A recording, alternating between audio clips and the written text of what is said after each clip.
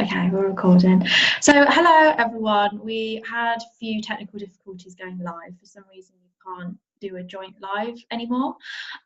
So we are recording it, and you'll obviously be watching this when I've uploaded it. So this is Saima, and I will just let her introduce herself, about what she does and why she does it.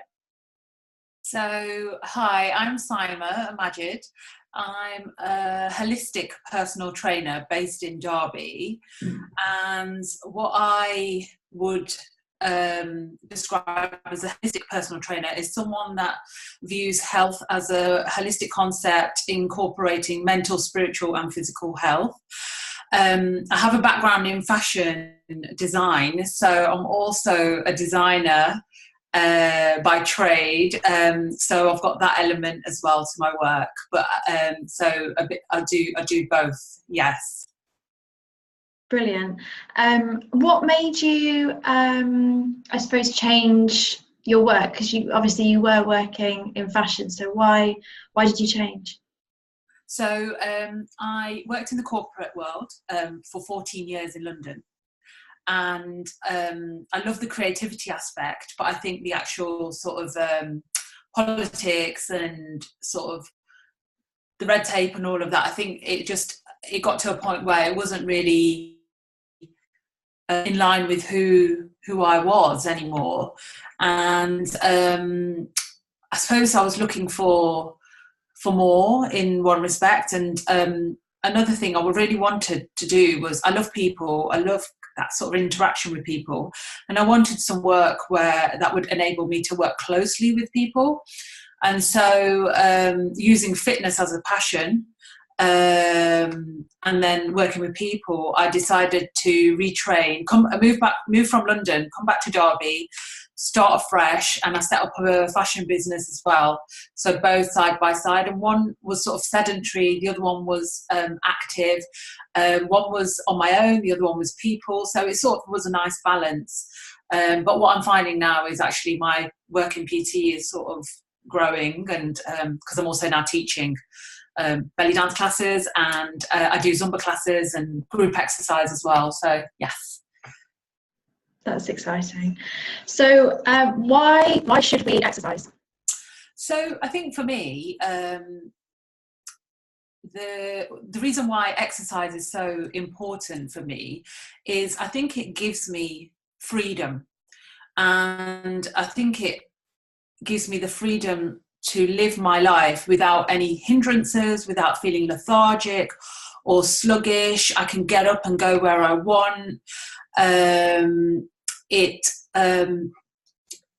I know that I'm hopefully going to grow old and try and keep sort of diseases at bay.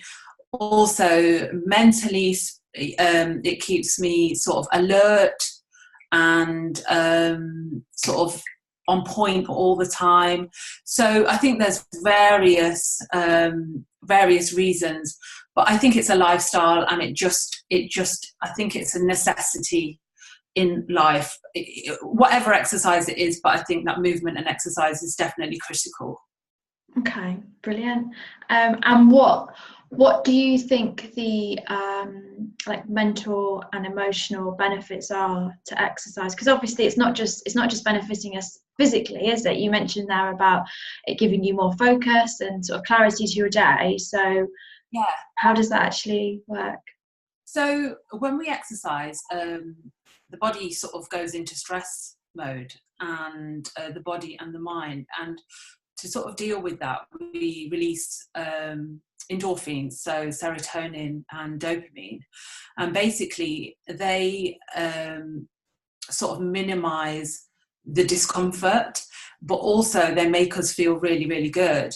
So that's what the brain actually does for us while we're exercising.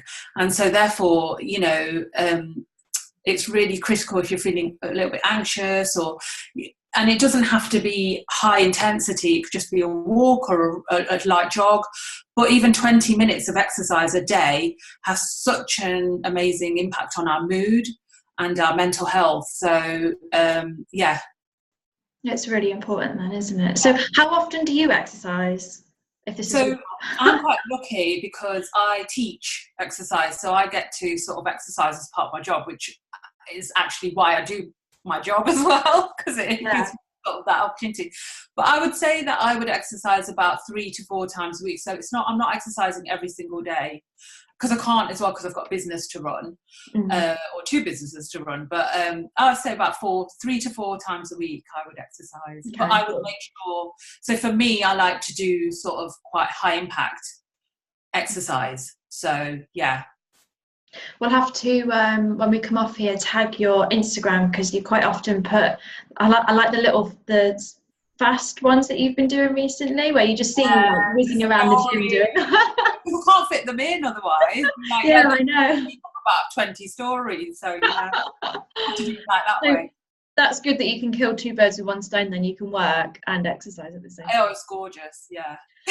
Quite often what I like to do, well, what I try and do is get out in the morning for a walk, because I think by coming into contact with the daylight in the morning is really important for our circadian rhythm, and then obviously getting the exercise as well. And I try and use that time either to catch up with a friend, or have a business call, or listen to an audio book. And it's kind of like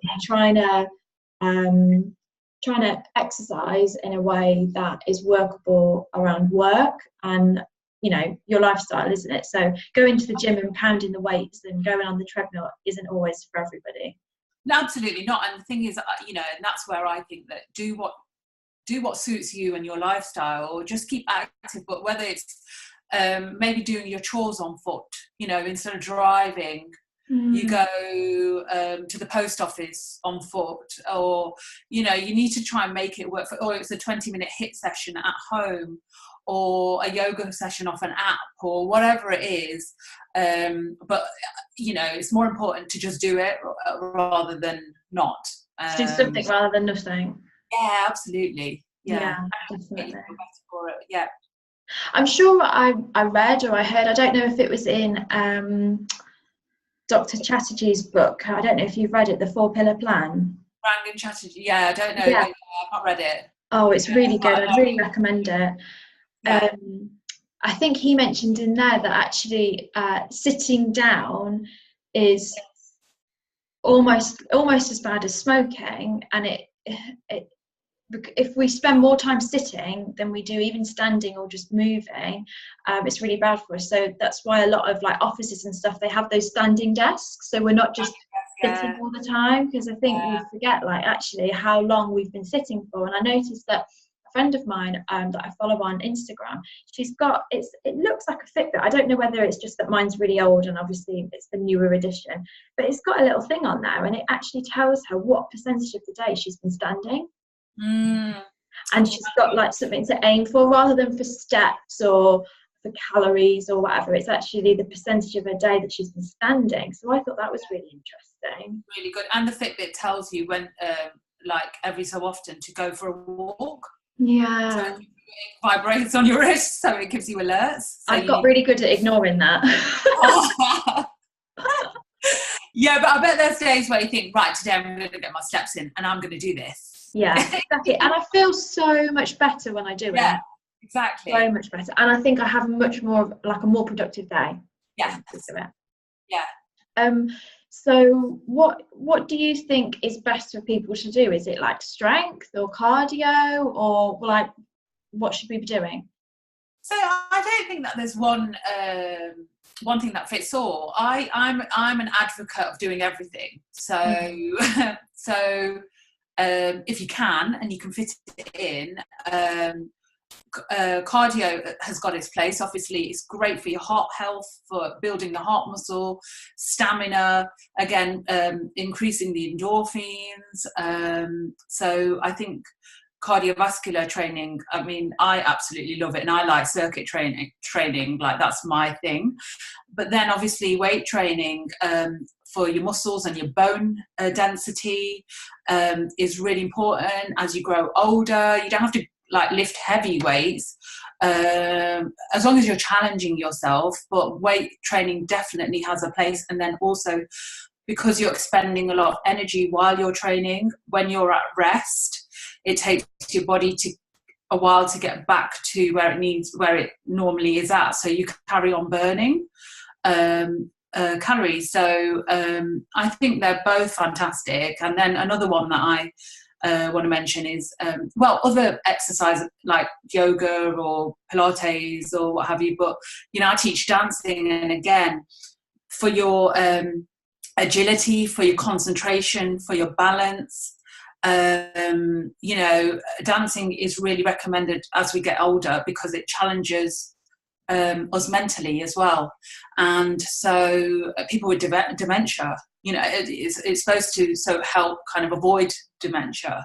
So I think do everything, a little bit of everything. Yeah. I like that. And I like I think dancing is fun as well, and I think you've got to be able to enjoy it. Sometimes I might just put a song on and have like a mad 3 minutes of dancing like a mad woman in the kitchen. Because not only obviously I'm moving, but it's brilliant. I love it. So and you can just get something like that in your body image. Yes, exactly. Because when you dance and you sort of let go and you allow yourself just to be free, it's amazing how you start thinking differently about yourself as well. And just, I think when you dance and what your body can do for you, it's sort of, for me, you get sort of a spiritual high as well as a physical high. And you sort of buzz off that vibe afterwards for ages, so I think it has a big place, and I think everyone should dance. That's why the kettle's boiling.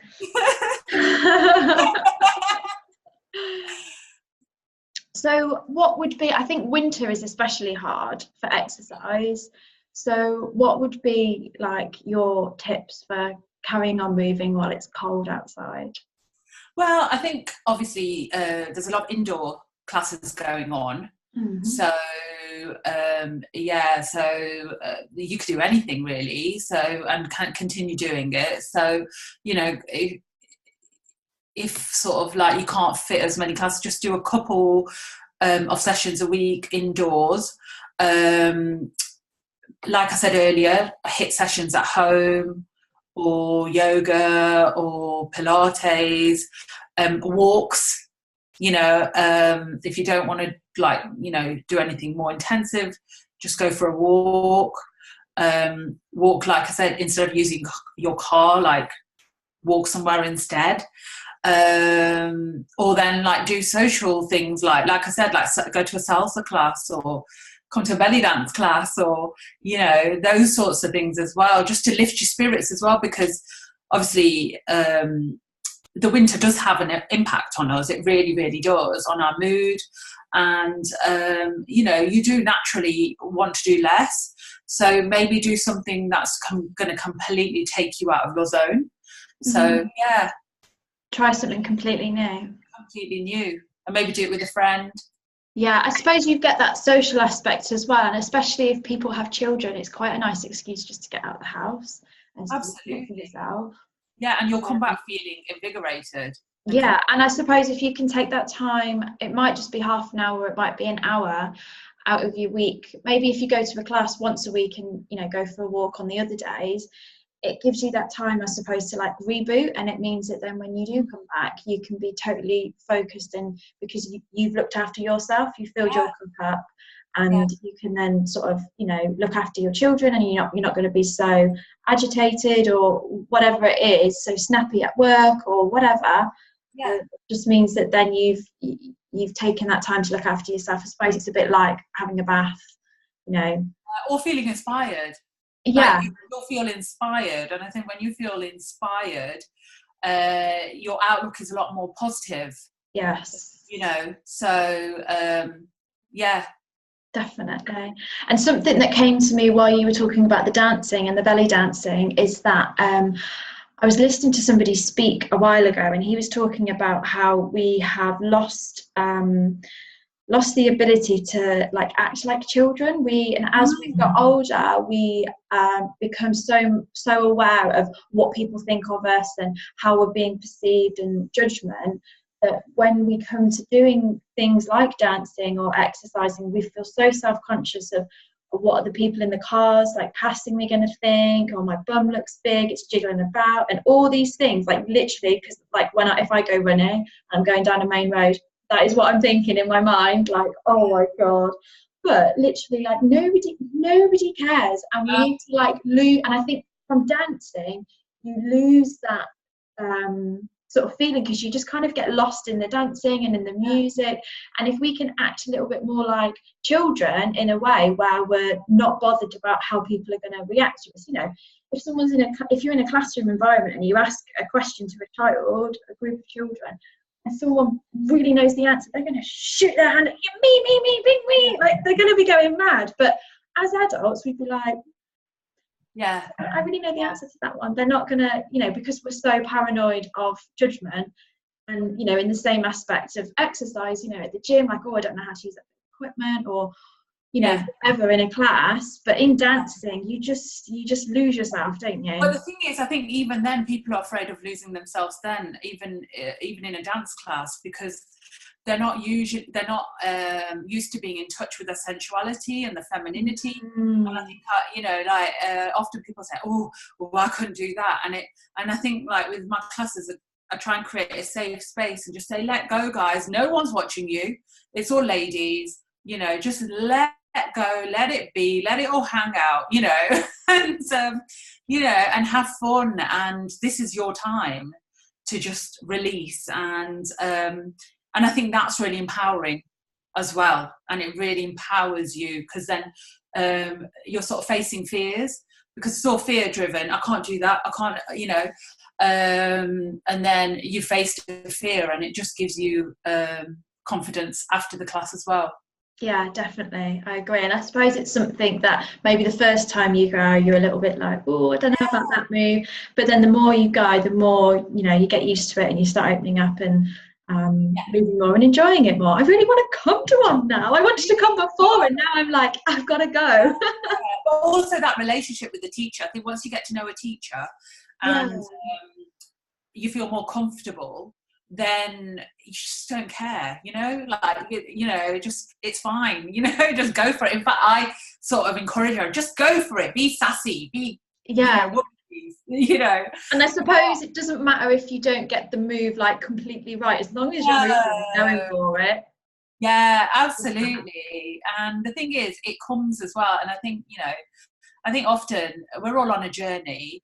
And I think as you evolve through the process, you sort of stop sort of blossoming. You see people sort of blossoming. Like I see it in PT, you know, people start and their heads are down when they first come to a session, and their shoulders are slumped. And the minute they start sort of getting results, they start walking taller, and you see just the confidence increase. So, yeah. Oh, that must be really like rewarding to see. Oh, it's brilliant. Yeah. And that is why I left the corporate world. That is priceless. That, you know, yeah. Or coming back from a PT session, and someone saying that they, I know, got like chatted up, you know, who before would have just probably like been in themselves. Do you know what I mean? Yeah. It's those sorts of things that sort of just, you're like, brilliant. Yeah. Oh, that's so nice. Yeah. Right, I think we'll leave it on that lovely positive note. So thank you for coming on. And if anybody watching this, if you have any questions, just pop them in the comments bit below, and I'm sure Saima will be looking out, and we'll hopefully, I know it says Gus Grimmer here, but I'm not, I'm just using her account, I just noticed that. Yeah, we'll look out for any questions that you might have, and just find something that you enjoy, I suppose, and get moving, even if it's just a boogie while the kettle's boiling. Okay, I'll just finish this now. Thank you. Bye. Thank you.